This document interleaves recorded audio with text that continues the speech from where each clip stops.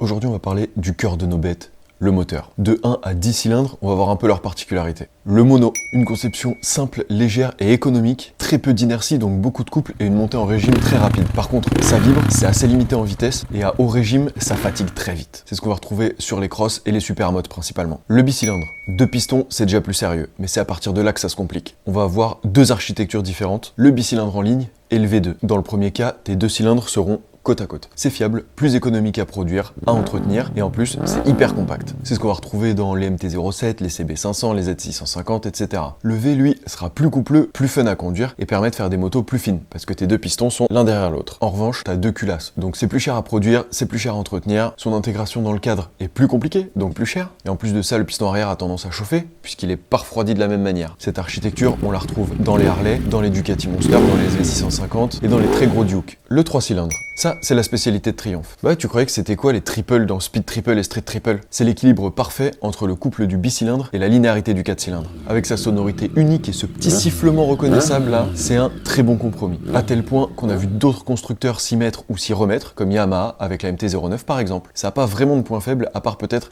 un entretien un petit peu plus cher qu'un 4 cylindres classique. Le 4 cylindres, la légende, le stéréotype de la sportive qui hurle à tous les rapports, puissante, fiable et linéaire. Certains modèles peuvent prendre jusqu'à 16 000 tours, et plus ça monte et plus ça gueule, putain c'est incroyable. C'est très souple à bas régime, mais c'est un pouce au crime, parce que le caractère de la moto se révèle à partir de 8 ou 9 000 tours. On va retrouver ça principalement dans tout ce qui est S1000, ZX6 ou 10R, GSR, GSXR, GSXS. Malheureusement, dans la catégorie mid-size, ça commence vraiment à se faire rare à cause des normes. Là aussi, on peut retrouver une architecture en V, avec le fameux V4 qu'on retrouve principalement chez les italiennes, Ducati et Aprilia. Et là, on combine le meilleur des deux mondes avec la violence du V2 et la rage du 4 en ligne. Le revers de la médaille, c'est la complexité du bloc, et donc son prix. Le crossplane, on reste sur le 4 en ligne, mais cette fois-ci, c'est le calage du moteur qui change. En gros, l'allumage ne se fait pas dans le même sens qu'un 4 cylindres classique, créant un comportement unique et une sonorité incroyable. Il est devenu l'emblème du R1 depuis 2009 et a été décliné sur d'autres motos de la gamme Yamaha, comme la MT-07 et la MT-10 par exemple. Le 6 cylindres, monté de façon anecdotique sur quelques motos des années 70, il trône aujourd'hui dans les grosses routières comme les K16 ou les Goldwing. Onctueux, souple, il vous tractera jusqu'au bout du monde si vous lui demandez. C'est des moteurs qui vont être plus chers à produire évidemment, donc on les retrouve que dans les routières haut de gamme. Et enfin, les V8